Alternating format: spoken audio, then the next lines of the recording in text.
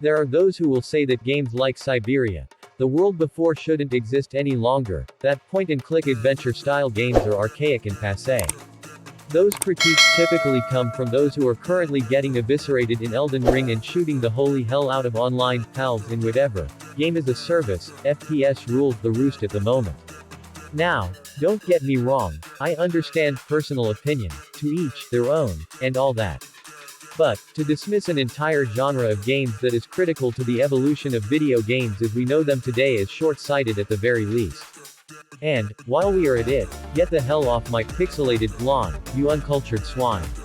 The opening of this new iteration of Syberia puts you in the shoes of one Dana Rose, a young woman in 1937 who is trying to become a pianist in her hometown of Wagen, a fictional German town facing the myriad conflicts and issues leading up to World War II. The narrative also focuses on longtime series protagonist, Kate Walker, who is imprisoned in a taiga Russian salt mine in the early aughts. She and her cellmate, Lover come across an abandoned, stolen, treasure train which contains a painting of Dana, although Kate knows nothing about Dana at this time, and, coincidentally enough, Kate and Dana look strikingly similar. Kate then sets out on a mission to find the origin of this painting, who painted it, and who this doppelganger girl actually is.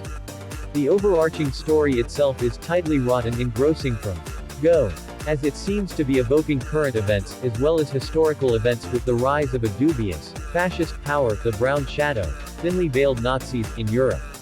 You'll flip-flop between Dana and Kate throughout the entirety of the game to uncover clues and story nuggets to progress further and further until the inevitable and mostly satisfying conclusion. The Syberia series as a whole has always come correct in terms of overall presentation, graphics, and music, and The World Before definitely lives up to its three predecessors in the series as its vibrant steampunk sensibilities are prevalent throughout the experience. The orchestral score is also nothing to sneeze at and truly shines in the moments when Dana is at the piano, bringing some much-needed levity to otherwise dour settings and surroundings. Using the clues provided by the painting, Kate ends up in Ostertal, which is basically a fictionalized Austria, I think, and finds herself hot on the trail of Dana Rose. The painting dates back to 1937, while Kate is in 2005. One of Syberia, The World Before's best elements is the way it swaps back and forth between the past and modern day. Of course, Dana isn't as much of a protagonist as Kate is, and you'll mostly be playing through her sections when Kate finds a related document that fills in the blanks. Many of these sections allow you to swap between Kate and Dana with no delay. There are times when Kate needs to use information from documents to solve puzzles and use machinery. Observing the past version of the area with Dana stands in for poring over documents. It mostly works extremely well. One particularly interesting puzzle sees Kate repairing an automaton orchestra. Swapping to Dana gleans combinations and the correct placements for mechanisms. There are a few other characters you'll end up playing as too. I'm lukewarm on adventure games, honestly. I like them, but their propensity for arbitrary, senseless fetch questing often drives me up the wall. Syberia, The World Before, on the other hand, is almost never aggravating and the puzzles are nearly all quite good. You have a hint button at your disposal at all times, but I didn't need to use it much. Adventure game diehards might find the puzzles too easy, but I thought they were just right. There are one or two arbitrary puzzle solutions here and there, though. One example of such is when you need to distract a shopkeeper by using an item you acquire from a vending machine that you really can't know is a vending machine unless you interacted with it or click the hint button. When it comes to presentation, Syberia, The World Before definitely delivers. The game has a great atmosphere that is enhanced by the wise usage of lighting, although there are some visual glitches with shadows that do ruin immersion a bit.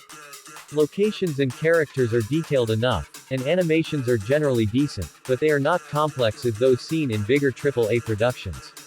The game also seems to have some optimization issues, as the framerate varied wildly on the machine used for the test, i7-10700 CPU, RTX 3070 GPU, and 16GB RAM, at 4K resolution. This isn't a huge problem for a point-and-click adventure game, but it does get annoying from time to time getting from 120 FPS to 40 for no apparent reason. The Syberia, The World Before atmosphere is further enhanced by the great care that has been placed in sound production.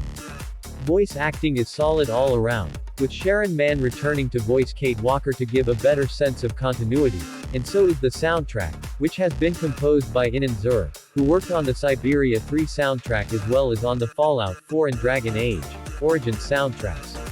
Syberia, The World Before is, without a doubt, a return to form for the series, presenting a solid adventure game experience powered by an engaging story, charming characters, and well-designed puzzles, a far cry from those of Syberia 3. The game is unfortunately not that innovative, featuring a slightly more modern take of classic adventure games features that do work well but are not enough to make the latest entry in the beloved series a must-have for all sorts of players. Syberia, The World Before is a return to form for the series, and an all-around solid adventure game featuring an engaging story that nicely blends together two different timelines, charming characters and good puzzle design. The experience, however, leaves something to be desired when it comes to innovation, making the game a must-buy only for fans of the series.